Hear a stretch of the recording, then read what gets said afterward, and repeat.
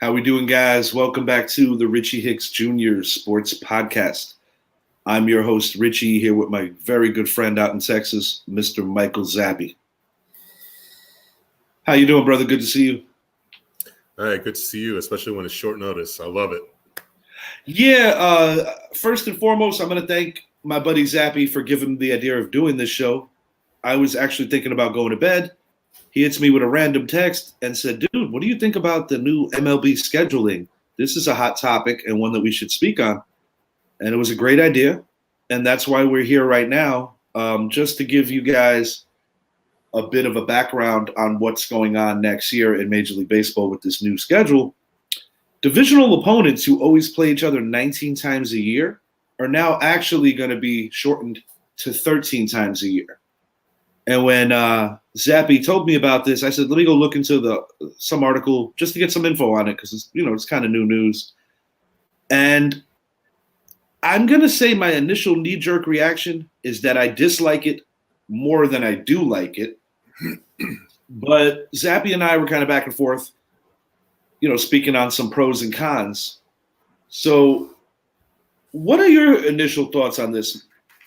What do you feel? Do you think this is better for the game, or do you think it's just worth experimenting, maybe not sustainable? What do you say? I love it. Okay. I love it. I think it's something that we as fans need. I mean, you look at the NBA, you look at the NHL, they already do this, and it works. You have your 4 divisional games, you have your interconference games. Everyone sees each other, so it gives fans the want and need to what to expect or even want more when it comes to the NBA playoffs or finals. Now, when you look at baseball, I mean, year in, year out, we have the same schedule. You're going to play those same teams. Let's be honest. The AL East this year is really a couple games away from having all 5 teams over 500, which makes for a competitive division. But then when you look across the board at all the other divisions, I mean, the AL Central is the weaker division in the AL, and the same could be said about the NL Central. I don't think fans want to see St. Louis play Pittsburgh 19 times. That's a fair point. And I definitely don't think fans want to see the Dodgers play the Rockies 19 times. So why not take those 6 games and allow teams like the Yankees or, all our division leaders, the Yankees, Astros, the Dodgers, the Cardinals, the Mets, whatever the case, why not let them all play each other? We have 6 games to see, and then great. We'll learn a lot more about baseball, and it's going to kind of even the playing field a little bit, I believe. But at the same time, you might have easy wins with your A's or your Angels or your Rockies or your Pirates. But now what were those easy wins in the division are now going to be easy wins for another division or interconference, whatever the case may be. So I like it. I like the fact that it allows all the teams to see each other. It kind of gives the fans something to want even more, especially when it comes to a pitching duel, So I think it's a great idea, but time will tell. I agree with you on some of it. I made the point to you when we were texting back and forth that nobody wants to see the Mets or the Braves play the Marlins 19 times. Because with the exception of a couple of phenomenal baseball teams, the Marlins are always terrible. The Washington Nationals, even though they won the World Series a couple of years ago, it seems a lot longer ago than it really is. And there's no indication that they're going to be competitive anytime soon. So those are 2 great examples. Now, me being a baseball purist, it does annoy me to a level. Yankees and Red Sox, in my opinion, no matter what year it is, should not be diluted. Dodgers and Giants, no matter what year it is, in my opinion, should not be diluted. But I understand this part of it. When you think about newer fans, I think one of the things where Major League Baseball struggles is that it is a slower game. And, with the growing emergence of soccer, with the NHL getting a TV deal again after many years not having one, I do believe that there are certain things that are preventing, that are, challenging for Major League Baseball to get closer and close the gap on the NFL. And I do tend to believe that by mixing and matching like a lot of matchups that you normally don't see, they're more like a novelty. I do think that's cool. But I will say this, after a couple of years of doing this, I have a feeling they're going to go back to the way things normally are because of the fact that it's like anything else. When you overdo something that's a novelty, it kind of loses its luster after a couple of years. And then I think it makes people look into it like, why do we have leagues if you're playing the NL? I wouldn't say as frequently as the AL, but a little too often, if that makes any sense. So I do believe that for the here and now, it might be a good shot. I guess you could call it the proverbial shot in the arm because of the fact that Major League Baseball does need to get with the times a little more because they've done things to try to make the game a little more appealing to everyone. They've done things to try to speed up the games. Like, for instance, your ghost runner at second in the extra innings. They're talking about implementing a pitch count, a pitch clock. So that way, and I'll be the first to admit, I love baseball. But even the other night with the Met-Yankee game, I was getting irked when guys were doing that shit in the latter innings. I'm like, just pitch, bro. Just pitch. I understand that there's certain gamesmanship to it, but there's levels to that too where you're just like, Christ almighty, dude. Just throw a fucking pitch already or just step in the batter's box. But I guess I'm 50-50 on it. My initial knee-jerk reaction, I wasn't too happy. But at the same time, random season, random teams. Let's say if the Rays are horrible, which they haven't been in a while. Let's just say hypothetically they are. And the Yankees are playing them, 12 times in 1 month. That tends to be a little overkill.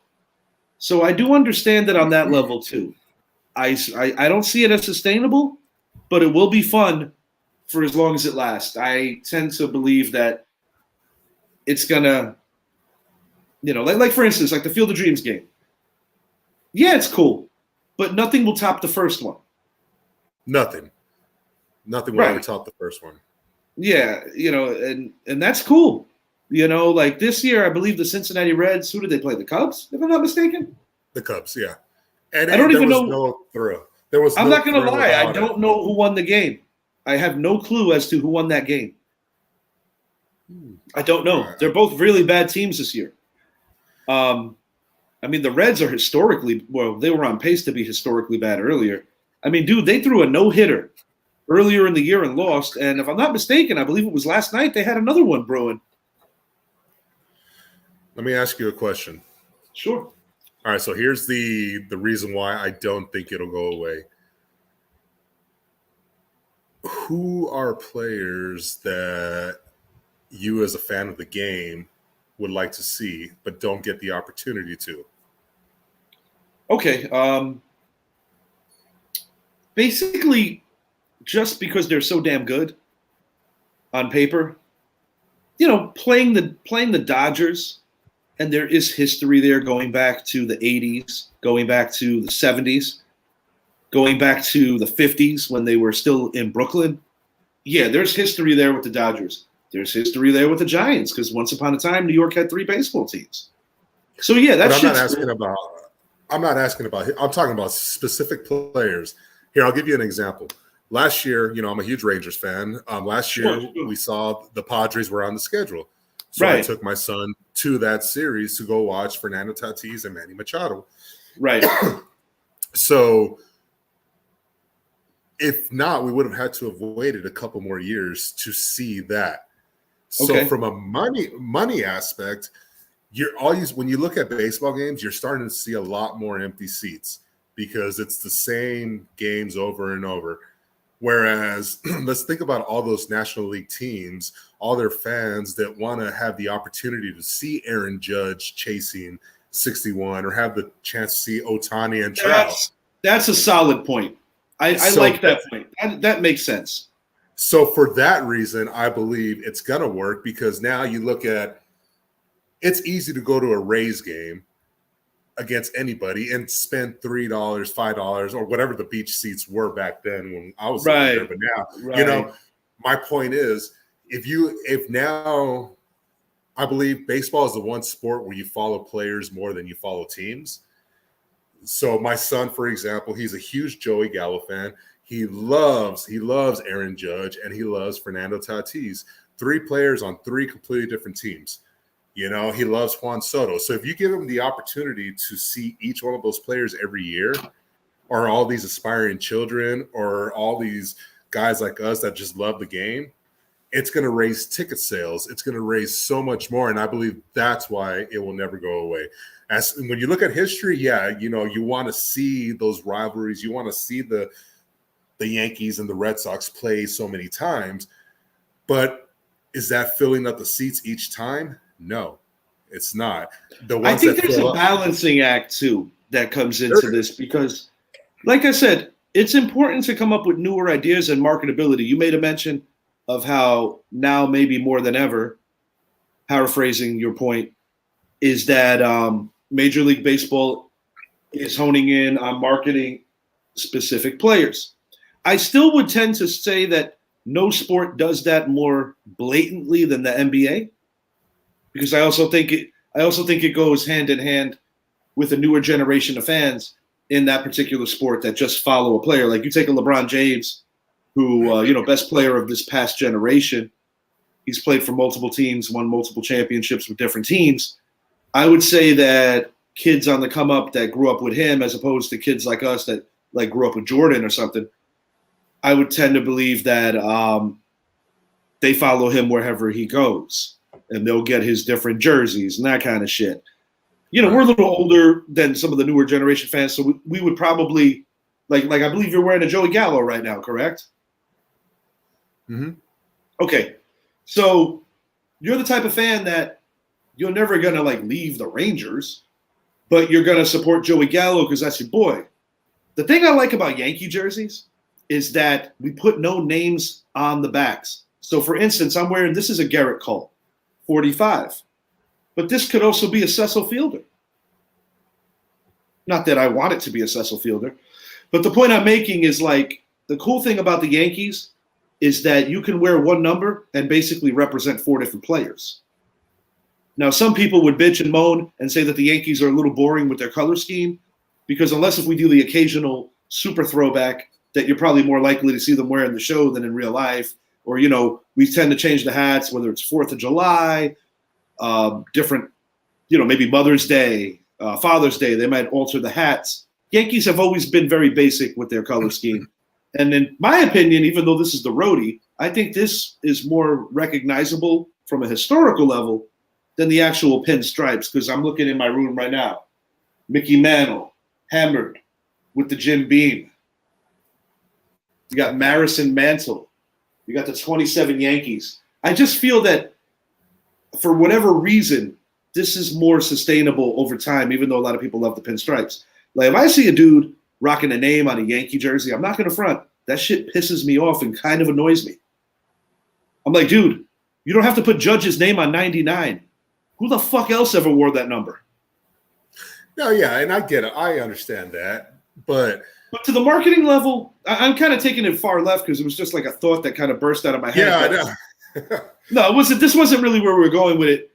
But you make a good point that by getting the shot in the arm that MLB needs, this could be a good marketing strategy, because, you know, fans do tend to get bored because baseball does have challenges. It is the slowest game. Like my former partner with the show when it was the Jordan Patrick show, Jordan is a baseball purist through and through. You know, some of the unwritten rules probably annoy him. Like don't throw, don't swing at 3-0. I think that's kind of annoying with certain people now.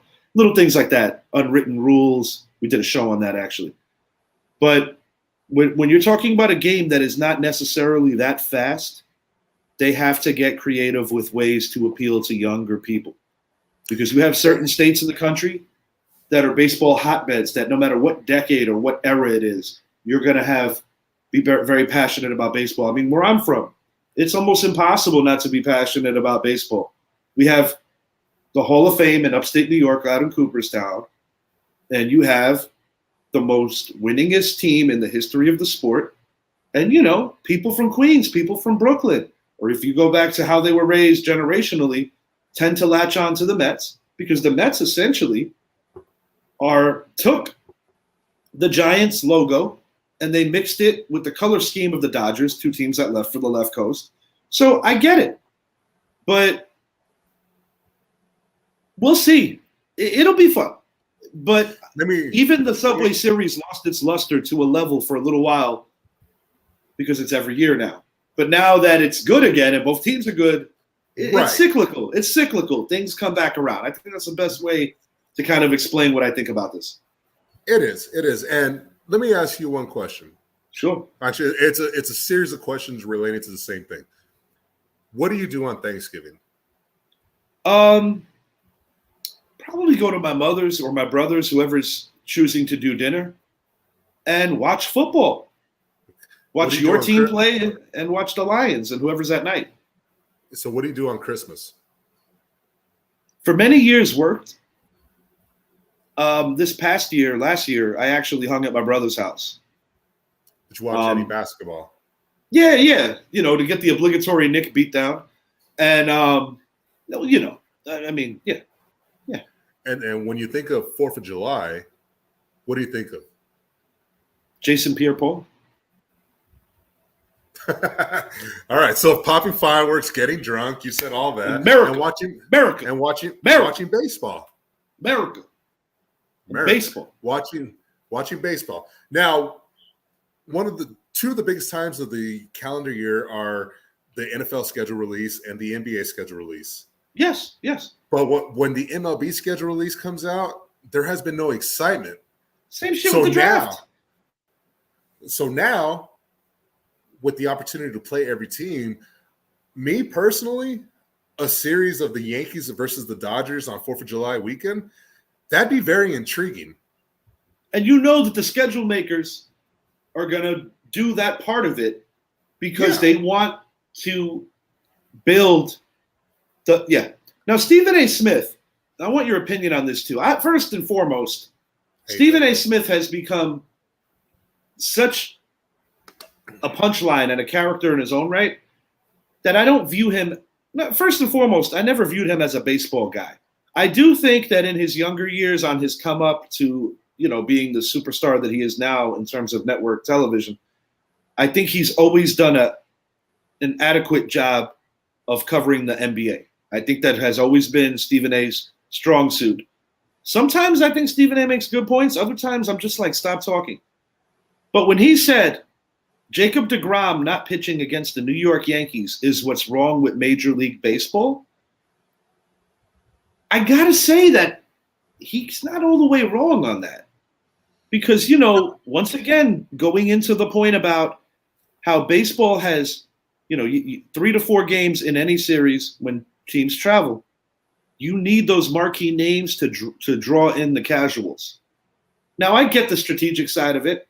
The Mets are going to tell the media and whoever wants to hear it that we're playing it safe, get him another day of rest. He just came back. But the reality is, and I do believe this to be true, is that Buck Showalter doesn't necessarily want a team that he could see in the World Series getting a good feel on DeGrom, because there is a legit difference between watching film of him and seeing him in the flesh.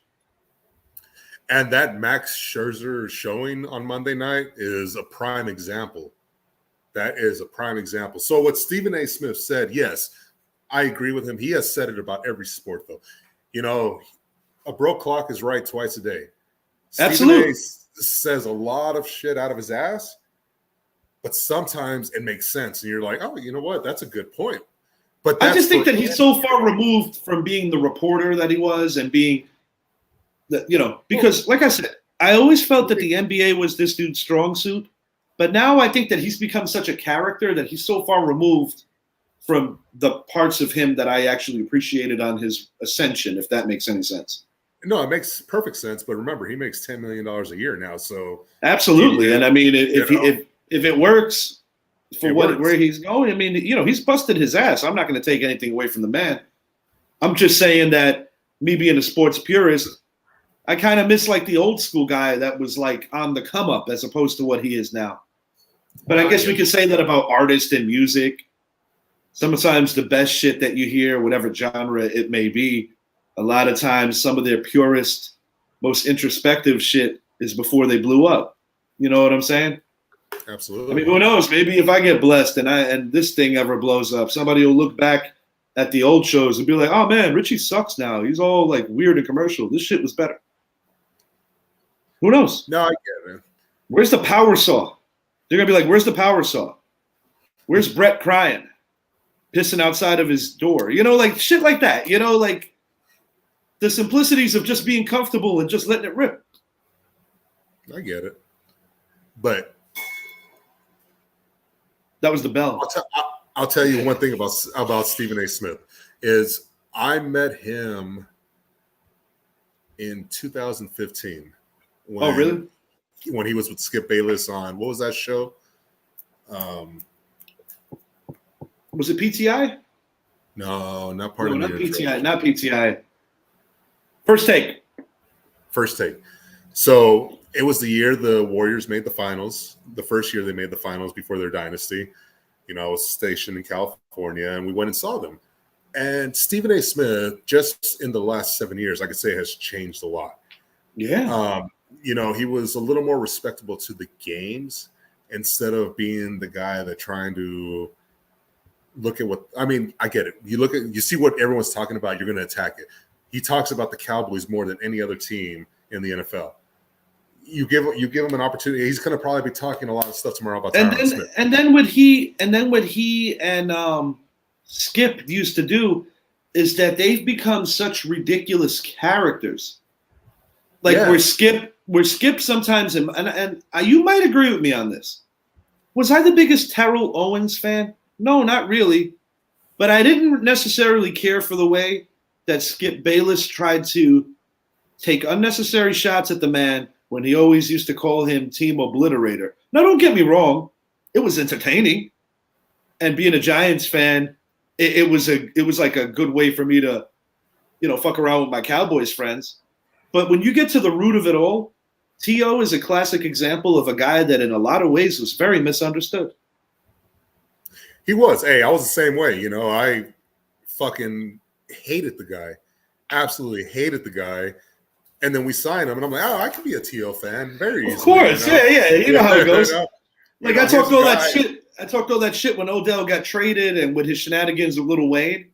But when I see him win a Super Bowl and I see how terrible our receiving corps is, I'm like, damn, I missed that eccentric fuck. Right. No, I get it. Yeah. But you know, which goes back to everything we were just talking about, story of the topic of the show. All these things we're saying is why I believe NFL, NBA, NHL, and MLB will all, maybe not NFL because player safety, but every other major sport will stick to this, having everyone play each other, because at the end of the day, it comes down to one thing, and it's money. Absolutely. These contracts are getting bigger. And while the market still drives these contracts, teams need to figure out a way to close the gap. And when you give these smaller market teams the opportunity to host the Aaron Judge, the Ron Acuna, the Juan Soto on a yearly basis, it's going to increase sales. So that's why I believe everything's going to work out. From a history standpoint, it hurts, but history is always meant to be rewritten or improved on. And I want to make one final thought on this, on my behalf with this. And I said it to you over text, and I didn't want to forget to mention this.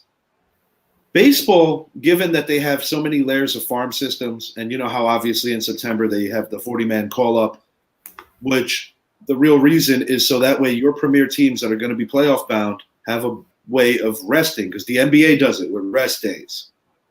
You know, other sports dabble with the analytics of resting guys. This is more so for, you know, sometimes you'll get a kid that didn't play all year. Look at what Cabrera's doing for the Yankees right now.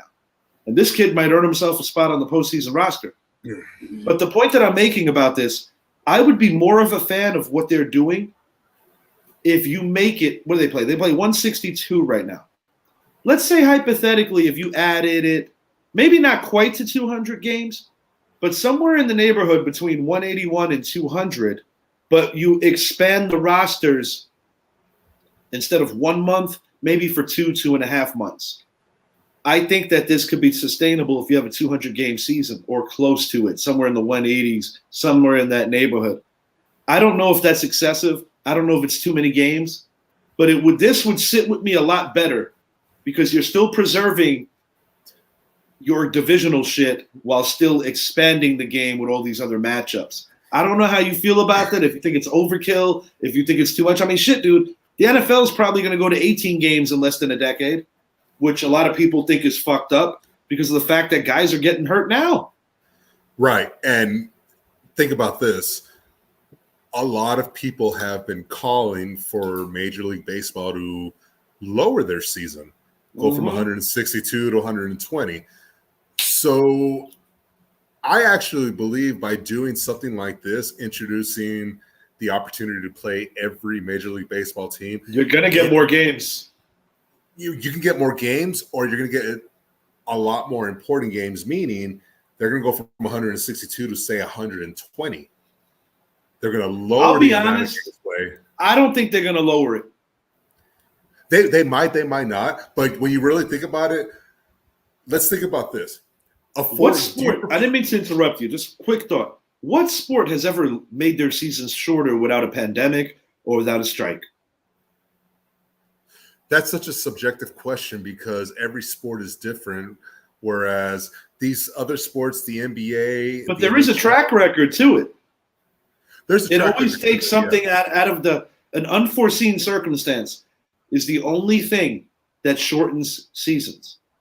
And when I think about how greedy these billionaire owners are, I don't see them shortening no damn seasons unless if they absolutely have to. But let me ask you this. Do you prefer a 4-game series of the Yankees playing the Tigers, or would you prefer a 2-game series of the Yankees playing the Mets, and then a 2-game series of the Yankees playing the Dodgers? Oh, no. I more than understand that part of it. I think what I'm trying to say is that if you want to make the game better for the long haul, expand the rosters early. By doing this, you save your superstars more likelihood of not getting injured. You have your next generation of players getting valuable playing time a little bit earlier into their careers. That is invaluable when you think about that they can rub elbows with guys on the way out, guys that are veterans that just know how to be great professionals. Because you look at the horrific shit that went down with so many minor league programs because of the pandemic. I do think that it's unfortunate for the typical minor league player. And I also think a lot of dreams get met because so many guys have already made it, so to speak. You look like an Andrew Velasquez last year with the Yankees, the Bronx kid, the local kid that had the opportunity to play with the Yankees down the stretch. It was like a Cinderella story. Now he happens to be a member of the Angels. But just to make it. My grandfather was a damn good ball player. He never quite cracked it. You know, he won away and served. He came back. He wasn't the same player. But he was in the minor leagues for a good while. I have a cousin through marriage who played in the majors, the Cheo Cruz and his son. But the ultimate point that I'm getting at is that I do think that if you're going to do it, this is the beginning of an expansion, not lessening it. Because if you're giving the people what they want, maybe those 19 games in the division aren't nearly as annoying now. Right. And here's where I'm going to play bad cop. Put yourself in a player's perspective. Your name is Aaron Judge. You get paid right now to play how many games? Well, the schedule is 162. So we're going to leave it at that. And most dudes, nobody plays every day anymore. There's no more Cal Ripkens and Lou Gehrys. Right. But your schedule is designed for 162 games. So while my point is that it's a way to make more money, by making it a 200-game schedule, it means the players are going to ask for more money. Maybe not. But the thing, this is how I always see it. I'm always pro player when it comes to that shit because the billionaires make so much more. It's ridiculous. Not to mention my other point of why you could justify this. If you expand the rosters, nobody's getting beat down like they did in the past. Right. No, I get that, and I'm pro player as well. But I'm looking at it from the business standpoint of all these billionaire owners who I just don't see them shortening it. It either stays where it is or it goes up slightly. And when I say slightly, I don't think you'll ever see 200 games, but I could see but I could see 186 or 180. I could see like 187, like around there. Right. That I could see. All I was doing was putting 40 to your 40. So because when you think about this, just to put it in perspective, if you start the season on time, but if you know that you're having those expansions with the bigger rosters, I almost view it as a different layer of spring training. Do I really think it's going to dilute the product? No, not really, because a lot of these kids are going to be hungry. Yeah, no, I get that. There's two sides to all of it. I think the only way to truly find out if this shit really works or if this shit really doesn't is just by letting it happen and looking at it. I think we're done with this topic, but I did want to give you the opportunity to talk about your ball player from the Dallas Cowboys that was injured today, if you want to elaborate on that.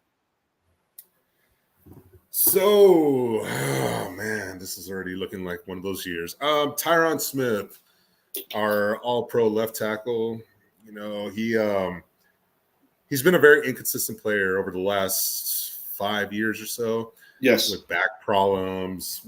Good friend of the show, Elliot Evans, Cowboy fan. He has brought him up many times to me. Yeah, and he, you know, and it's one of those that while Dallas was going into the draft this year, it was all about a lot of people were crying for a wide receiver. Yeah. People were crying for a defensive end. Yeah. People were crying for whatever. Anyways, Tyron Smith today, while performing a routine play, went heads up on the linebacker to shove him out of the way. His knee buckles. And, you know, he falls straight down. Initially, they were saying, hopefully it's just a cramp. But when you get a cramp, you don't hold your knee. Right. So the initial prognosis was that his ACL was intact, which is fantastic news. So it makes you wonder, is it his PCL, LCL, MCL, meniscus, whatever the case? Well, and then lo and behold, just recently the news came out that it's his hamstring that may hold him out for multiple months of the season. If this was Tyron Smith at 24 years old, I wouldn't be too concerned. I'd be like, all right, cool. He's going to be out 10 games. He'll be back strong. Finish for the final push. Right. Now we're talking about a guy that is at the tail end of his career, a guy that many Cowboy fans have been consider replacing him. Draft the next LT, and then this happens. This is a major blow to Dallas. This is a major blow to Dallas. I don't care what people say. I agree. I don't care that people are going to talk, hey, Tyler Smith, this and that. This is a huge blow. And, you know, we'll see what happens. Well, you know, hopefully it's not as bad, but my gut told me right away that it was going to be probably the season, but multiple months. Are they going to really bring him back for the last 6 games of the year? Probably, because he's at the tail end of his career. They're also going to need him. They're going to need him, but what exactly are you getting? A guy who's been injured year in and year out. He's going to go out there and get hurt again, and then, you know. So yeah, it's so hard to forecast the trajectory of guys that are injury prone, so to speak, because I have a funny feeling. Even though very unlikely that I would be comfortable drafting either one of these guys early. My guy is Saquon Barkley and also Christian McCaffrey. I'm going to just tell you what I think. I think they're both going to have awesome years. I think they're going to play more games than they have in quite some time.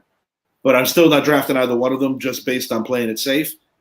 And I'll leave that there for now. I did want to ask you this last thing in closing.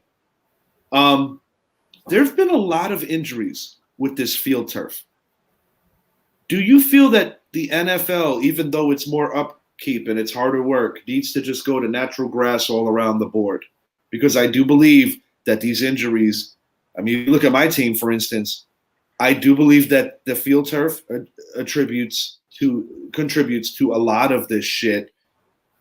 I mean, it's not quite as bad as, and I mentioned this the other day, I believe, on the show, unless we were talking, about how AstroTurf, like the old school vet, the old school Texas Stadium, Giant Stadium, guys, it shortened a lot of careers for sure. I don't know. What is your take on this? Do you feel that the NFL needs to just go to one universal ground and for all teams? Because different stadiums have different grounds, yada yada. How do you feel about this? I think we need to go strictly to natural turf. Yeah.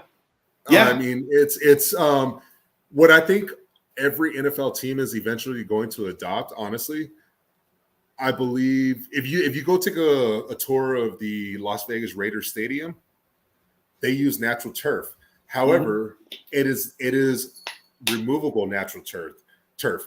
The entire field is on a conveyor belt where once they're done playing on that turf, they pull it out. It goes back into a storage area where it's getting the perfect amount of lighting, getting the proper amount of water, everything. And then that's interesting. They have a concert or whatever, they'll change the field from there. So it's literally a removable or a movable field. That's interesting.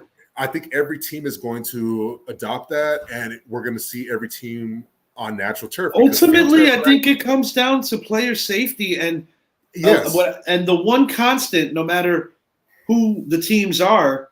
The reason I bring up my team is because it has affected my team ridiculously over the last 3 to 4 years. But it's the same old injuries. It's the lower extremities. It's the knees. It's the ankles. It's the Achilles. And there is something to that. You have better athletes nowadays. You have better supplements. You have better dietary. You have better everything. Everything. Why are all these young guys going down? You got to start looking at the turf. Yeah, and I think a lot of it also has to do with because you save money by not having to maintain it year in and year out. But by going to that natural turf, the way the Raiders have it, correct, it's going to eliminate all that. I hate field turf. And the truth is, not everybody in the NFL is making that big deal money like your premier players. Sometimes it's a misconception that everybody just assumes that all these dudes are making hella money. It's not always that case. You take a Kenny Golladay contract with our team, people that just look at the number that it says on the screen think that man's going to get $70 million out of the Giants. What they don't understand is how a lot of contracts work, that a lot of that shit is escalator money, incentive-laden shit. Look at OBJ. He left the Browns to get out of there. He left a shit ton of money on the table. And then you factor in, I don't know, I'm just thinking of a random player. You take a guy like a Victor Cruz, who wasn't even drafted in college. And, if somebody was going to do a movie about a player, he'd be a great one.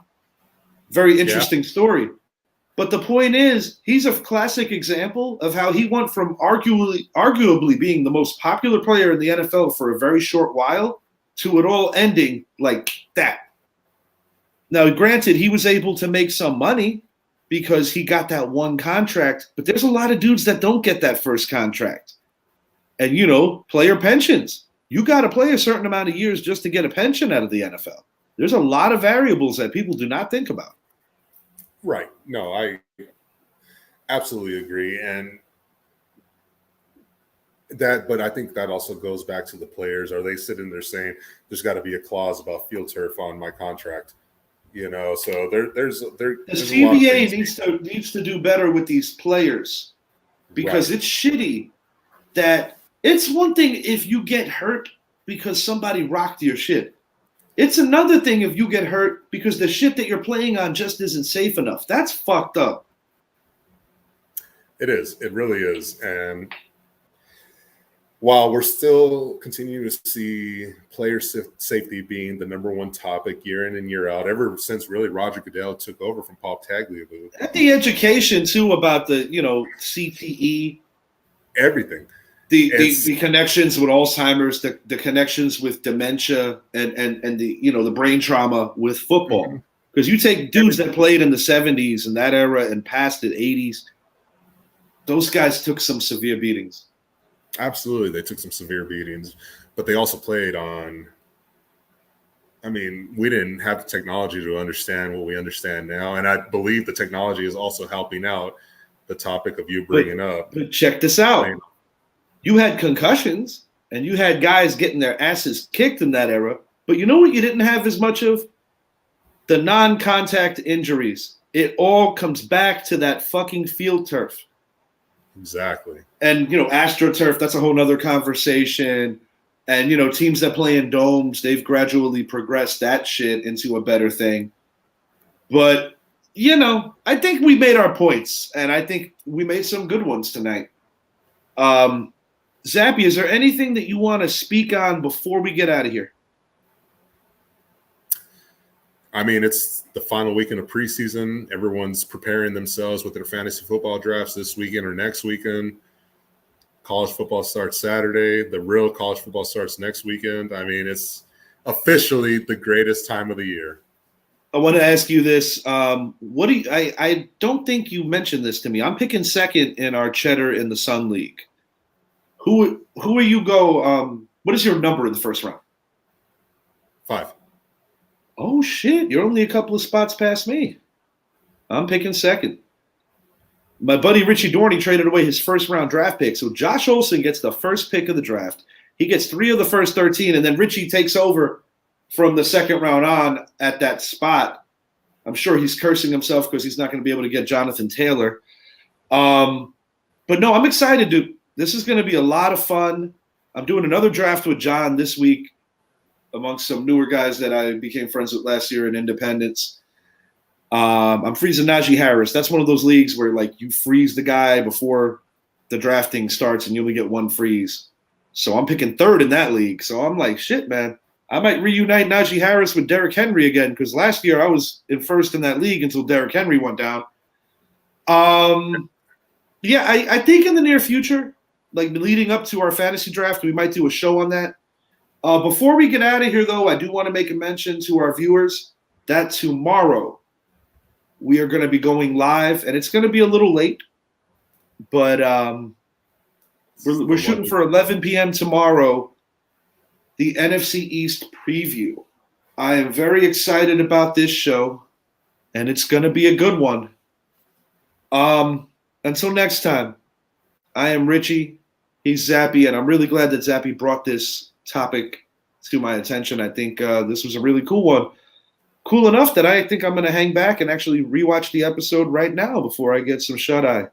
Zap, great job as always. I will see you tomorrow, pal. Yes, sir. Have a good night, my dude.